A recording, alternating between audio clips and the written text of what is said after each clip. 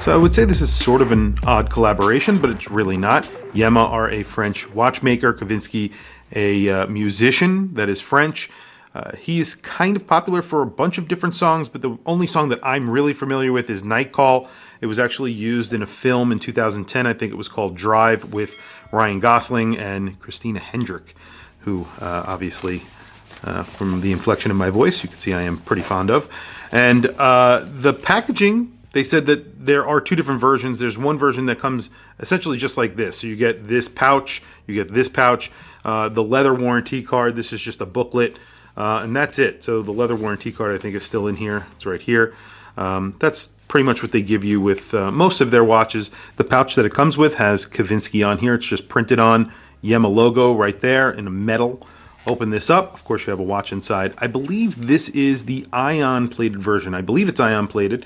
If I am wrong, I will put a comment down in the description below. The reason why I believe that is because when you look at the links, on the inside of the links, you can see a little bit of silver, and that is because it is not fully coated on the bracelet. And there's a little area here on the bracelet as well that is a little bit silver sort of peeking through. If it's ion plated, that means it will scratch pretty easily, but considering the price on this is really not that bad. You can see it is an LED in red. Press this button, it lights up. It does go out pretty quickly, so it doesn't last very long. However, there's reasons for that. Battery life would be significantly lower if it lasted very long. So obviously that's the reason why they sort of choose a time, and that's what they go with. You could do adjustments with this red button right here. That is also sort of a, I guess, ion plated in red. This was designed in collaboration with Kavinsky. It looks like something that he would design. If you ever see any of his cover art on his albums, on his records, they are very dark, sort of house techno looking inspiration. So here it is. I mean, this is an all black watch. They also make this in all stainless steel. You have just lines here, sort of a little bit of a striation that goes across the case there. You have some angles on the case, not really lugs, but you have very short lugs on here. The bracelet is sort of an oyster style bracelet that does taper, inspired by vintage Yema LED watches. A lot of these watches came out during the 70s from a lot of different brands. You know, GP made them, Hamilton, Pulsar, hundreds of brands came out with watches, and they all had very similar displays as this watch does. This is a cool watch. I like the look of it. The price is actually pretty good considering I think it's $254 if you just want the package you're seeing here, including a signed vinyl record, and it's the most recent release from Kavinsky. I think they're charging $285. So I don't know why you would get the version without the record, because I would imagine you're a fan of Kavinsky if you're buying this watch. If you're not, I'm not sure why you would buy this watch. You do have the Yema logo on here. It's Kavinsky logo, excuse me, on the buckle. And then it is a pressed clasp. Yema do that a lot. And it says Kavinsky and Yema on the back. I believe this is a limited edition. There's a little hang tag here. This is just because this is a press model. Push pins on here, which also makes sense. It actually feels pretty well made in your hands. I was expecting it to feel a little bit cheaper than it does. It has a pretty good weight to it as well.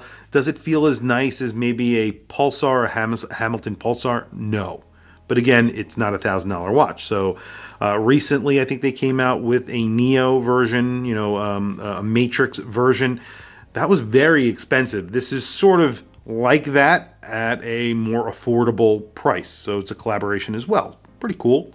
Very quickly, I'll throw it on my wrist. So the price is pretty good. Construction is decent.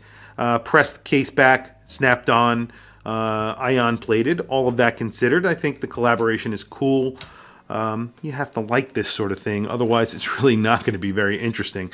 Today, I have a very interesting watch on. This is the Moon Watch, the Moon Swatch from Omega and Swatch, the collaboration that they just did. I was able to get one. Review for this is up yesterday. This should be the next day that this is I'm airing this watch. So if you want to see this, I will put a link above. Check it out. Awesome watch, especially for the price, $260 plus tax comes out to like $280. So something to consider. That is made out of ceramic and plastic. But here you go. looks really good on my wrist. I really do like it. I wouldn't like the stainless steel version, I don't think. I think this LED layout, the way this watch looks, it would make way more sense in this black version with this black crystal.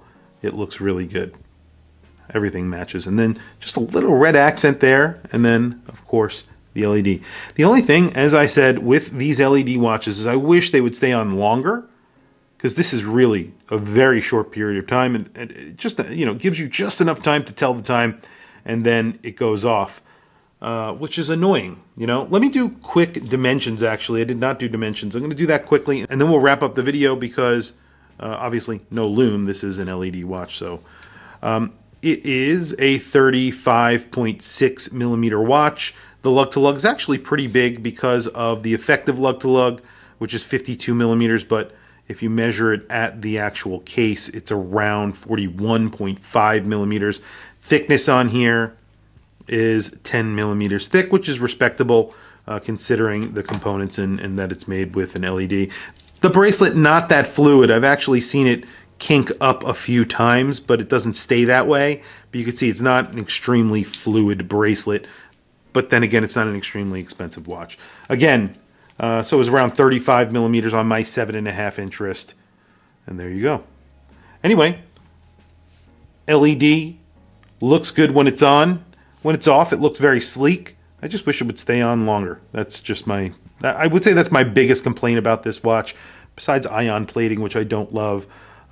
This will not stay looking new for very long. I believe this is a mineral crystal as well. So if you knock this around, it's not going to last. That's the biggest problem with it. Available on Kickstarter only. Currently, I don't think you could buy these on their website. I will put a link to their Kickstarter down below. Definitely check them out. All in all, an interesting package. Sub $300, really not that bad. And kind of a cool tie-in. If you like Kavinsky, if you like his music, like I said, I like that movie. I liked Christina Hendricks in that movie especially. I thought it was a pretty good movie, all in all. The theme, and this watch would actually fit into that theme of that movie and that song.